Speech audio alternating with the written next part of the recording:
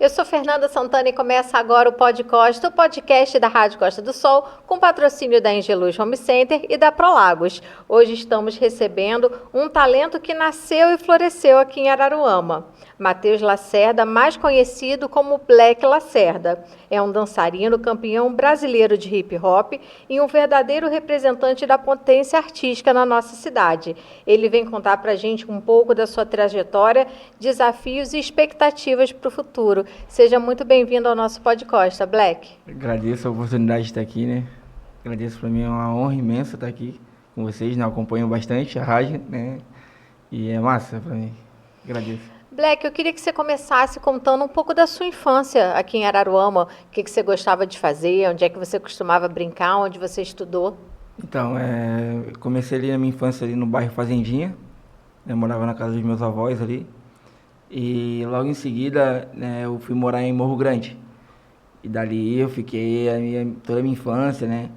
E eu gostava muito ali, no caso do bairro Fazendinha, sempre foi meu bairro favorito, porque tinha muita pipa então dali, né? Não tinha como, eu era viciado, assim, desde novinho. Aí eu mudei para Morro Grande, fiquei lá, né? Passei a minha vida toda praticamente lá, né? A maioria do tempo, assim. E lá que eu conheci, né? Eu tive experiências diferentes, né? Por ser lá bem rural, porque é bem diferente os bairros, assim. Lá é bem rural e eu tive experiências, né? Lá bem legais, assim, e até hoje eu levo isso pra vida, né? Black, em que momento que você percebeu que você tinha esse dom artístico? Você já percebeu desde pequeno ou você chegou a tentar no esporte, tentar em outras áreas? Então, como eu havia falado antes, minha mãe, né, ela fez teatro com a minha avó, eu assisti até uma peça dela, era bem pequena, assim, eu lembro, e eu achava massa, né, eu falei, nossa, uma atriz, assim, eu ficava louco, assim. E daí eu comecei no teatro, né, no Colégio Anolino Coutinho, lá em Morro Grande, com a Perla Duarte. Era o grupo Teatrama, que na época tinha um projeto lá. E daí eu comecei a gostar, até que veio a dança de salão. Que daí ela começou a aplicar samba de gafieira nas escolas, assim, né, eu aprendendo, achava que era o Zeca Pagodinho, assim. E era bem top. E depois o Christian Giovanei foi também um dos pioneiros, né, para eu estar começando na dança. Então foram pessoas bem importantes dali. Comecei a ver o gostinho pela arte que eu tinha gosto, mesmo querendo ser jogador de futebol. Aí ali você percebeu, mesmo gostando do futebol, mas você viu que a dança tomou conta do seu coração. Porque era um gol, uma comemoração, era uma rabiscadinha, era um passinho, né? Porque a nossa cultura do Rio de Janeiro aqui é o passinho, né? Então a gente comemorava dançando, era a vibe assim do Black, assim. E quando que você começou a dançar, você falou da questão do samba de gafieira, você já ia por esse caminho da dança de salão? Em que momento que você encontrou o seu estilo? Ou você se considera um dançarino de várias áreas, mas como que você encontrou o seu estilo de hoje? Então, como eu tava ali no samba de gafieira, né? Tem o bolero, salsa, né? As bases da dança de salão, eu fiquei querendo buscar mais conhecimento, sabe? E eu acompanhava muitos filmes, assim, né? Quando de dança, os caras dançando, dando mortal. Eu falei, nossa, vou fazer isso tudo aí. Mas daí eu fiz uma aula de hip hop, eu lembro, na Bruna Marim. Foi minha primeira aula, assim, que eu falei, o que eu tô fazendo aqui? Mas, tipo, eu sempre gostava, assim, via pelo YouTube, sempre amei, assim, né? De aprender coisas novas. Sempre foi o meu portfólio, assim, principal. E daí comecei ele no estúdio Bailarte em 2019, em plena pandemia, né? Daí que estourou a pandemia, eu fiquei fazendo aulas em casa de hip hop, assim, querendo mais, assim, aprender mais e mais, e eu vi que o hip hop era a minha praia, assim. Em que momento, Black, que você falou, eu quero viver da dança, eu quero a dança como profissão na minha vida? Então, como eu comecei a dançar o hip hop, né, que é uma dança que é comercial hoje em dia e vende bastante, eu comecei um pouco tarde, né? Claro que nunca é tarde para começar algo.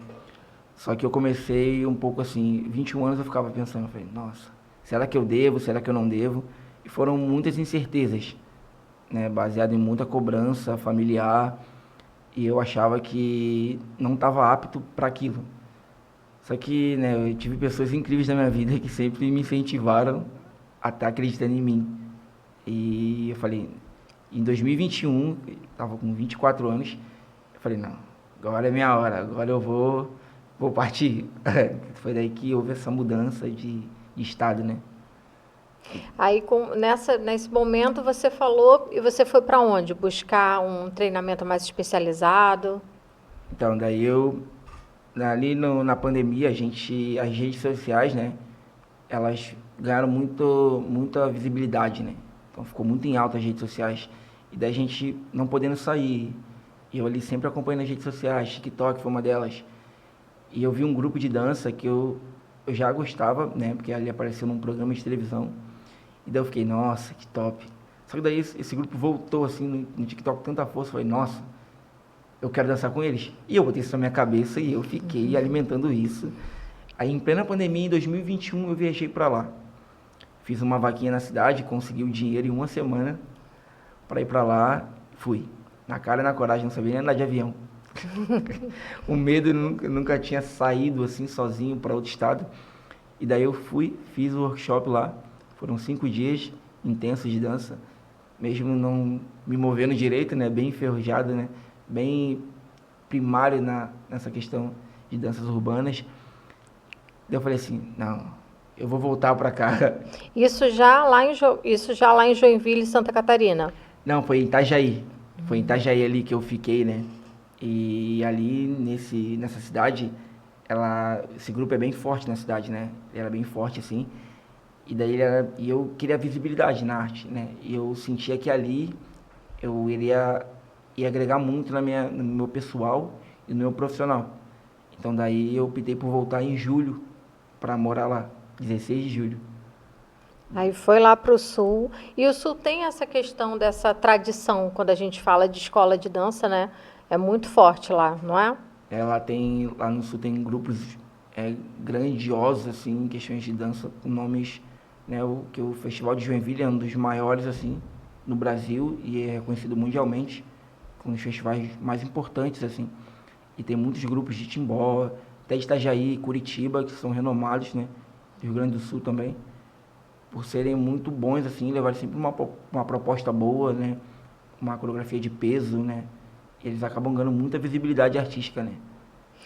Black, e quem são as suas referências dentro desse mundo da dança, do mundo do hip hop? Quem são suas inspirações, as pessoas que são exemplo e te inspiram? Então, eu costumo dizer que a dança é igual futebol, né? Você sempre tem um cara ali que você fica inspirado. Quando eu jogava bola era Ronaldinho Gaúcho, né? Até surgiu o Neymar, né? E na dança são muitos nomes de peso, né? E cada um ele traz um feeling diferente, é uma proposta diferente. Então, basicamente, a gente quando vai estudando, a gente vai pegando outras propostas, essas pessoas, essas referências, elas vão mudando, né? De acordo com o estudo que você vai agregando para a tua vida, né, para o seu profissional. Eu tenho muitos nomes, tem meu coreógrafo, né, que é o Alisson Jordan ali, que ele é um cara gigante assim na dança, como coreógrafo, assim, professor, dos melhores assim. Tem Martin Clave também, que é um dançarino também que eu me inspiro bastante, Vini Gomes, né, e por aí vai uma galera assim. E você acha assim, você falando com relação às redes sociais, né? Qual o peso hoje que você acha que as redes sociais têm com relação a abrir portas realmente para quem sonha em viver da música, para quem gosta da dança? Então, eu também falo que a rede social ela é bem importante. Ela pode ser algo muito positivo, como também pode ser algo muito negativo, né? A rede social ali, para o artista, eles acompanham tudo, o seu processo, a sua evolução. Então, assim, na dança, eles vão avaliar tudo, porque ali a sua rede social, ela é o seu currículo artístico. Então, tudo que você postar ali é um material para você ser avaliado para dançar com artistas renomados, né? Nacionalmente e internacionalmente. Então, ali a rede social ela é bem poderosa, é uma arma fundamental, né? Mas quando você leva ela como algo profissional, né? Aí ela dá uma vazão positiva, né? E conta para mim um pouco, que oportunidades que você já teve até hoje de dançar com pessoas famosas também. Conta um pouco pra gente das suas experiências que você já viveu até hoje. Nossa, é muito mágico, assim, porque eu não esperava viver coisas que eu vivo hoje através da dança, né? Eu dançando uma vez no grupo de danças de Milênio, do nada apareceu na aula o Tchacabum. E eu fiquei, como assim, gente? Então, ele foi lá, aí contratou alguns dançarinos da companhia, então é sempre esse contato direto, assim, né? E daí eu abri alguns shows nacionais, né? Como do Matuê, do Veiga, MC Daniel, né? O Will, são cantores do trap ali nacional, né? E hoje eu sou coreógrafo também, né? Do cantor Dalmas, lá de Itajaí. Tá crescendo no mercado também, tá vindo bem forte, assim. E é lugares, assim, inimagináveis, assim. Você conversa com pessoas que você nunca pensou em conversar, né? E você tem que estar ali na postura, mesmo que por dentro você esteja, nossa, tira uma foto comigo. Mas você tem que estar ali e se comportar como um artista, né? Como tal, assim. E Black, como é que você tem lidado até hoje com as dificuldades, com as incertezas? Como é que você faz para se motivar a seguir em frente e seguir buscando o seu sonho? Então eu vejo a dança como um relacionamento sério, né? Agora ela se tornou um casamento. Então eu trato como no início para que não haja fim, porque tem que pensar lá atrás. O motivo que me levou a sonhar, a pensar em tudo isso, para poder isso agregar mais ainda e alimentar esse sonho dentro de mim e se tornar mais forte, né? E não desistir. Que às vezes bate na porta assim, mas a gente tem que manter a firmeza ali, não, não, minha hora ainda não chegou, há tempo para tudo e uma hora vai. Eu queria que você falasse agora um pouco das competições que você já participou. Então, em 2022 ali, quando eu cheguei no grupo em 2021, no grupo de dança Milênio, em 2022 eu tive a primeira competição a nível Brasil, assim, nível nacional, que foi o HHU, é o Hip Hop Unity, que a gente conseguiu a primeira colocação com uma boa pontuação, né, conseguindo a vaga para o Mundial que seria em Portugal, né. E daí teve a competição agora do ano passado, 2024, que foi o HHI, Hip Hop Internacional, que ela é sediada nos Estados Unidos. E ano passado a gente conseguiu a segunda colocação, como segundo melhor grupo, né? E agora nessa competição eu estava com a Jordan Dance School, né? E daí a gente conseguiu essa boa colocação de segundo lugar nas duas categorias, tanto Varsity, tanto Mega Crio, que são todas as idades ali do Mega Crio. E o Varsity é abaixo de 18. Você pode explicar um pouco a diferença dos dois? Então o Varsity é uma categoria de menor idade, assim, 18 anos para baixo. Eu acho que são dois ou um integrante só que pode compor a equipe com maioridade, né? E o Mega Crio é uma galera ali, geralmente são 40 pessoas no grupo, né? Só que nessa competição, o engraçado é que a gente competiu com 22 pessoas. A gente foi o único grupo reduzido. A gente estava com muito pouca, tipo, diferença de 10 dançarinas. Isso no palco dá uma diferença gigantesca. E a gente conseguiu a melhor colocação, assim, surpreendendo a todos que estavam ali. Então essa é a diferença do Varsity pro Mega Crio ali. E agora, para a gente falar dessa etapa que você está no momento, eu queria convidar também o Davi Iscariote para participar com a gente aqui desse bate-papo. Agora a gente conversando também com o Davi. Davi, quero conhecer também um pouco da sua história. Como é que foi para você o início na dança? Cara, primeiramente começar agradecendo o convite, é um convite muito especial para mim, estar nesse podcast, primeira vez também aqui, espero que seja a primeira de muitas. Agradecer de coração e, cara, eu comecei a dançar quando eu tinha 6 anos de idade, 5, 6 anos, foi em 2014. Eu vi uma apresentação na rua, no centro, lá de Itajaí, e era o grupo Milênio. E eu vi eles virando mortal, virando cambalhota, e eu fiquei muito impressionado. Aí eu entrei e falei assim, eu quero aprender isso, só que eu não entrei com o intuito de dançar, eu entrei para aprender só mortal. E aí, beleza, eu entrei e comecei a aprender essas coisas, comecei a aprender mortal e tal, só que eu vi que só mortal não vai agregar na dança. Agrega dança, só que, tipo, você tem que saber dançar também. Aí eu comecei a estudar dança, comecei a treinar dança, e aí eu fui engajando assim na dança e agora eu tô aqui. Eu queria que vocês falassem um pouco sobre o grupo Jordan Dance School. Eu queria falar um pouco sobre como que está o grupo, o tamanho do grupo, onde ele fica localizado, que tipo de aulas que vocês têm, o treinamento. Então, né, o nosso grupo, ele hoje tem uma quantidade estimada de, em geral, de alunos, assim, em mais de 100 alunos, se não me engano, juntando a Company, Kids ali, o Juvenil. A gente tem uma galera, assim, na equipe. E o grupo Company, que é o grupo principal, a gente trabalha, a gente treina de segunda, quarta e sexta, sábado e domingo. Uma rotina puxada, né, para poder conseguir tá apto e com excelência, né, para essas competições que vocês participam. E a gente faz todo um trabalho lá, técnico, né, com algumas modalidades ali, né, estilos da dança, do hip hop, ele tem vários estilos, né, tanto da via do breaking, eu sou do hip hop, então são coisinhas ali que a gente tem. Vocês podem explicar um pouquinho da diferença entre os dois? Cada um dentro da sua área? Pode começar. Posso começar? Eu falo do break então. Pode ir lá. O break ele é um estilo de dança que é mais focado em power moves. Power moves são movimentos de acrobacia. São mortais, giros de cabeça, head spin. E aí tem os outros elementos, que é o top rock, footwork. Top rock é passo em cima, footwork é passo embaixo. Então são steps que você vai fazer com o braço, com a perna. E aí tem várias competições também, onde eu comecei a estudar esse ano muito break, desse ano e ano passado. Me aprofundei, quero batalhar também no Mundial, que nós é pro HHI, e lá vai ter várias competições e solo. E eu também quero tentar uma vaga lá no Mundial de break. E é isso, o break é um estilo muito bom pra mim. E você, Black?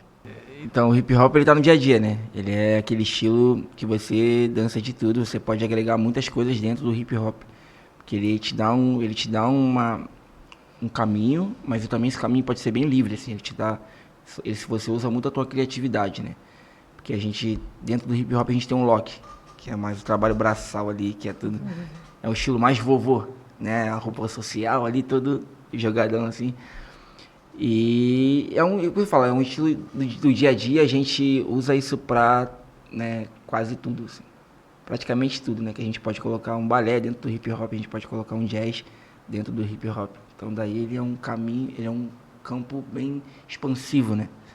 E eu queria que vocês falassem um pouco também, que a gente vê essa relação entre a dança e a música, porque a gente vê muitos artistas da música, né, dando espaço para grupos, trazendo para grandes shows, grandes produções, trazendo esse palco, né, chamando os grupos para participar, para fazer parte do corpo de balé. Eu queria que vocês falassem um pouco disso, dessa interação entre os artistas da música com os dançarinos. Então, isso tem se tornado muito mais frequente, porque na pandemia eles aprenderam que a dança e a música elas têm que caminhar lado a lado, assim.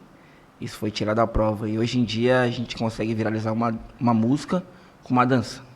Então acabou atribuindo, né? Acabamos se tornando dependentes, né?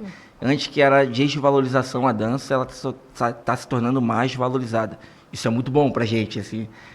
E como a gente dança em grupo fechado, então a gente acaba recebendo uma disciplina.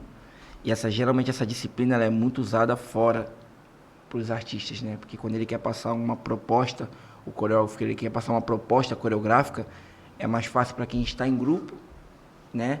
Do que pegar dançarinos avulsos. Ele vai ter mais uma dificuldade. Mas não que isso aconteça. Geralmente são, né, dançarinos avulsos que eles pegam assim, porque tem a disponibilidade. A gente, como por ser um grupo fechado, a gente tem mais uma restrição em algumas coisas. A gente já viaja como grupo, compete como grupo, né? E os dançarinos independentes avulsos, assim, eles já ficam mais para freelancers, assim. Então, para o cantor, às vezes, é mais viável do que pegar dançarinos assim, sabe? Eu queria agora que vocês falassem como é que foi essa competição que vocês garantiram a vaga para poder participar do campeonato fora do Brasil. Como é que foi essa competição? Como é que foi a emoção no dia, o nervosismo? Se vocês já foram com essa expectativa de conquistar essa vaga ou se foi uma surpresa? Queria que vocês falassem um pouco sobre isso. Cara, desde o primeiro momento que a gente começou os ensaios do Mega Crew, a gente tava com o pensamento de ir pra ganhar. A gente nunca vai, tipo assim, não, a gente só vai pra competir. Não, a gente vai competir e vai ganhar. A gente nunca pensa negativo. E foi um ensaio muito puxado e cansativo, porque era de segunda a segunda. Então, quem trabalha ou quem estuda fica muito puxado. Acaba saindo do trabalho e já vai pro estúdio. Quem está estudando vai da escola para pro estúdio treinar. Então, acaba sendo muito puxado pra gente. Mas quando a gente chegou lá, a gente dançou no palco tudo, passamos passagem de palco, que é pra gente ver como é que tá o palco e tal. Aí beleza, a gente passou, fez a passagem de palco, esperou um pouco, e aí dá aquele friozinho na barriga, né? Você fica esperando, aí não chega a hora, não chega a hora, e você quer dançar, você fica pensando. Aí é muita pressão, porque fora você tá dançando ali, fora o jurado, tem outros grupos vendo você. Então é uma pressão maior ainda. E aí quando a gente entrou no palco, a gente dançou assim, a gente sentiu uma energia muito boa, muito boa. Aí quando a gente saiu do palco, a gente já sabia que, tipo assim, a gente ia ficar no pódio. Porque do jeito que a gente dançou ali foi muito bom, foi, tipo, perfeito. Aí quando a gente esperou a premiação, anunciaram o quarto lugar, aí anunciaram o terceiro. Aí a gente ficou, caraca, será que ele vai pegar segundo? Aí ele ficou, tipo, não vai pegar, e meio ficou, não vai pegar. Aí quando chamou segundo, ele fez uma festa no palco, né, tipo, correu assim, subiu, pulou, tipo, porque foi uma alegria imensa pra gente, porque a gente tinha um ano de estúdio e a gente tá conquistando uma vaga no Mundial, então pra nós é uma grande conquista. E eu queria que vocês falassem agora como que é essa organização para poder participar dessa competição, porque vocês garantiram a vaga, mas acredito que não tenha todo o recurso e o aparato para poder participar. Vocês estão em busca de apoio, eu queria que vocês conversassem, explicassem um pouco sobre isso. Então, a gente é uma competição bem puxada, né? Fisicamente, psicologicamente e financeiramente, que é um dos mais importantes ali. E a gente não tem o apoio da prefeitura, não tem o apoio assim, do governo para estar quitando tudo isso para a gente poder estar lá. Então ficou por conta de cada dançarino. Aí a gente já está correndo lá em Itajaí, a gente fez agora o nosso pedágio, a gente parou nas sinaleiras, né? Então as famílias se juntaram, a irmã dele tem quantos anos, sua irmã? Foi 9 anos. 9 anos, estava lá dando estrelinha no sinal, então aí foi uma união assim. Basicamente, essa união que a gente levou para a competição, a gente está levando para poder a gente arrecadar, né, toda essa ajuda, né, esse apoio financeiro para agregar todo mundo, assim. Porque a gente sabe que o grupo ele é desigual. Tem pessoas que têm condições, tem pessoas que não têm, né?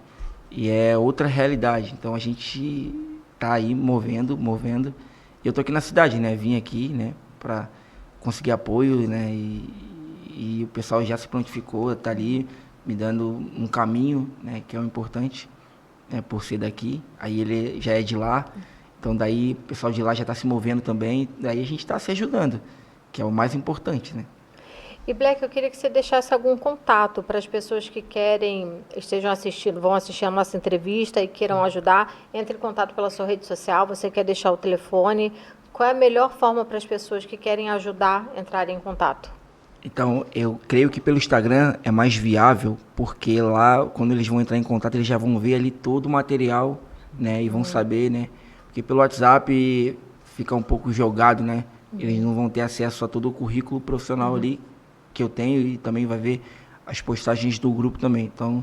Pelo seu Instagram? Pelo Instagram. Qual o arroba? É @black, com E, Black Lacerda.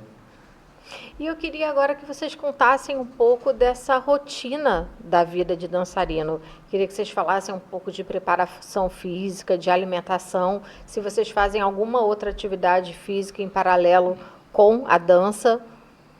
Contasse um pouco dessa rotina do dia a dia. Cara, a dança exige muito da alimentação nossa, então, tipo assim, se a gente tiver uma alimentação muito ruim, tipo, vou dar um exemplo, vou tomar coca todo dia e comer, sei lá, lanche todo dia. Eu vou chegar no ensaio e não vou aguentar uma passada da coreografia. Então, tipo, o nosso coreógrafo, ele preza muito a alimentação. E também a gente tem os treinos por fora, né, que cada um faz o seu treino, vai em casa, treina em casa, ou sai pra correr. Eu, especificamente, corro no meu bairro, saio pra correr. O Black também, ele tem um personal e treina também, faz isso. Acredito que a gente treinar fora assim também do estúdio vai ajudar muita gente, porque dá um preparo físico maior, para quando a gente estiver no palco, não cansar tão.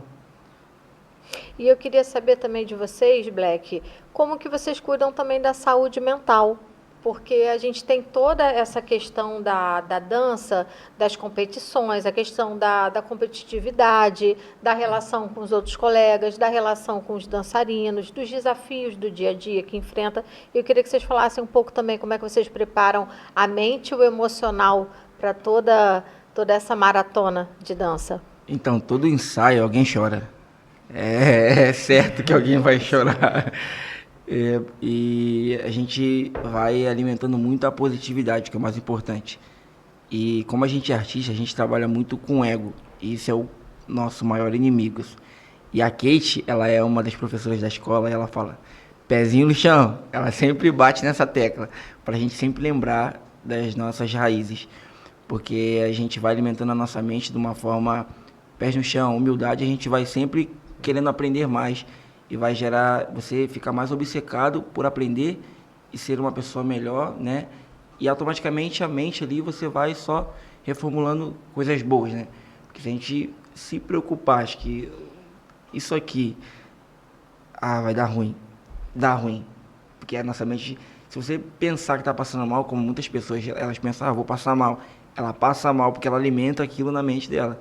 Então essa é a nossa briga ali, né? Para ter o autocontrole de, não posso deixar a peteca cair, porque às vezes o cansaço que a gente tem numa passada, como ele falou, que a alimentação é importante, mas às vezes o cansaço, ele é basicamente vem do psicológico, porque você acredita que tu tá cansado, e tu dá uma passada e tu fica... E às vezes tu não tá cansado, né? Daí a gente vai trabalhando dessa forma, né? E acreditando que nosso grupo é bom e vai conseguir uma boa colocação, não importa a competição.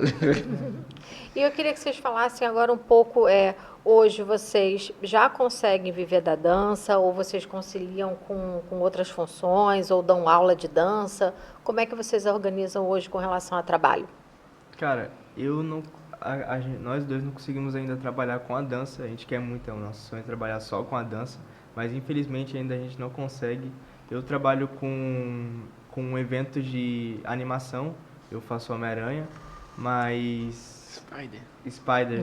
Tanto que surgiu o nome Spider, que me chamam de B-Boy Spider por causa disso, por causa do Homem-Aranha. Desde pequenininho eu gostava do Homem-Aranha e quis colocar Spider. Aí agora eu faço animação de Homem-Aranha também, enfim. Aí, tipo, eu faço esses eventos por fora, assim, solto, assim, sabe? Mas trabalhar com a dança, assim, especificamente, ainda não tá no patamar, assim, pra mim. Eu até falei, eu trabalho com a dança em alguns pontos, só que como a cidade, Itajaí, a parte do sul, o custo de vida lá é muito alto, né? Se fosse aqui na cidade, eu recebendo o que eu recebo na dança lá, daria, né? Mas só que não dá, assim. Mas, assim, é um processo, né? Como a gente tem que respeitar o processo que uma hora, né, dá certo, bate na porta a oportunidade, né? Como agora eu tenho esses shows, né? Que ali eu tô coreógrafo, então se o meu cantor der certo, eu dou certo junto com ele. Então é fazer um bom trabalho agora, né? Sempre estar confiando no processo, né? Acreditar naquilo que a gente nasceu e quer fazer e que a gente vai chegar. Eu queria que vocês falassem um pouco dessa importância da arte na vida dos jovens, né? Vocês são jovens ainda, mas estou falando talvez daquele pessoal lá de 12, 13 anos que possa estar escutando essa entrevista, vendo essa entrevista.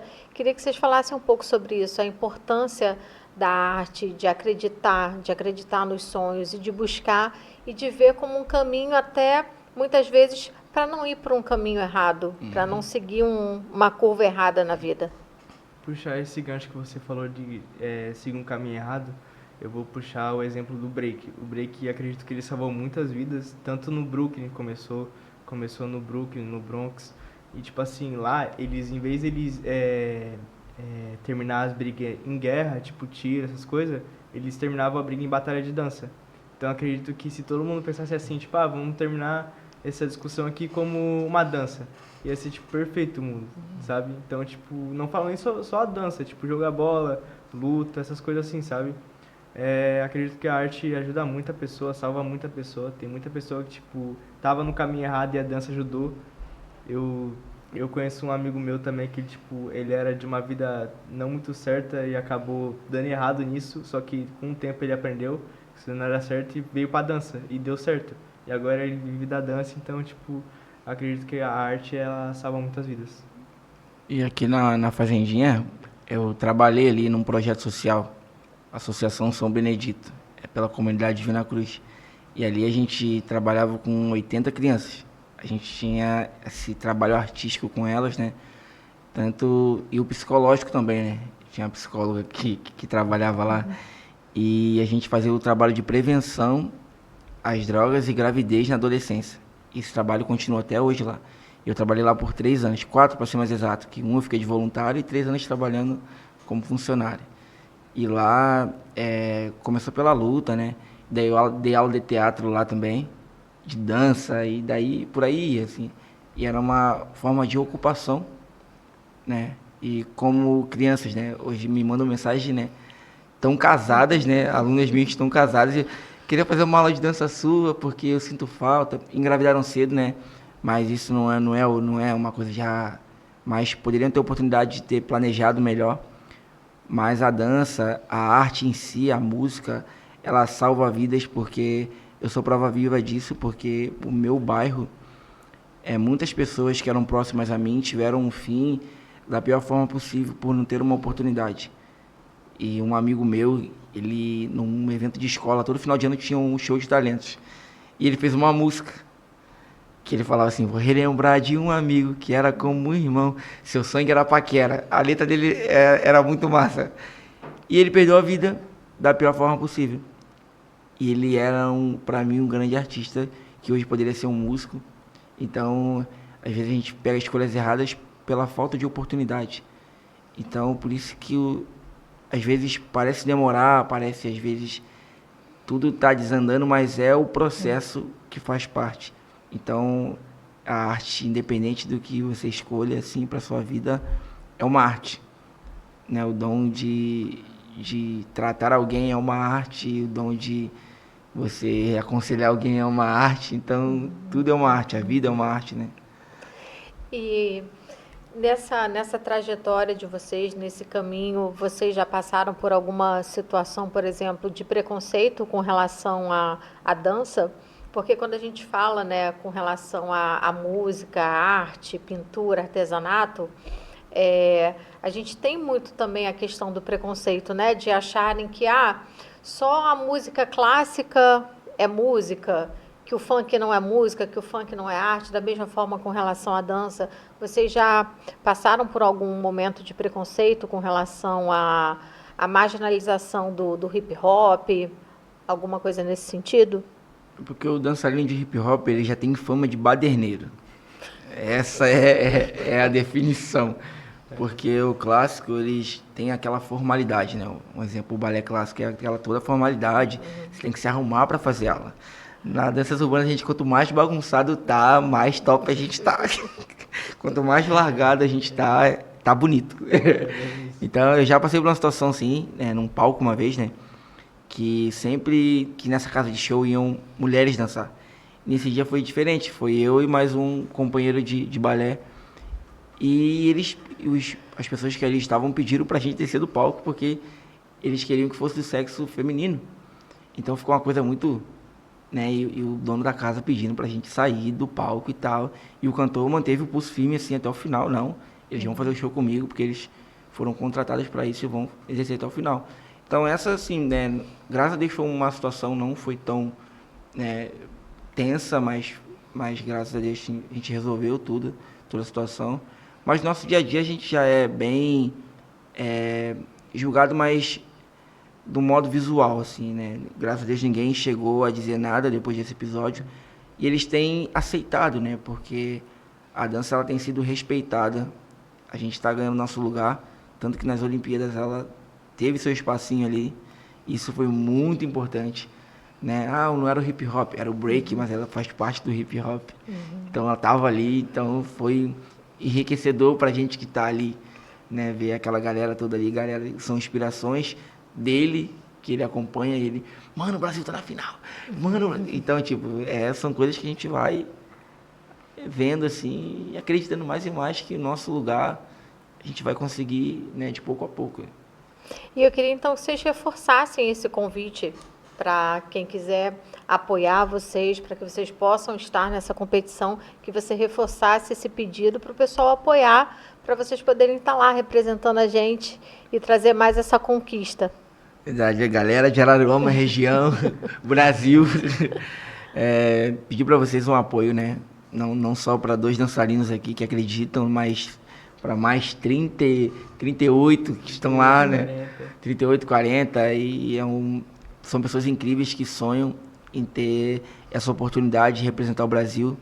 Né? Não vai ser uma tarefa fácil, mas a gente está aí acreditando, né? Treinando, sonhando, porque quanto mais a gente trabalha, mais o processo, o resultado ele é positivo. Então a gente está trabalhando para isso. Estamos indo em 2 categorias para esse Mundial.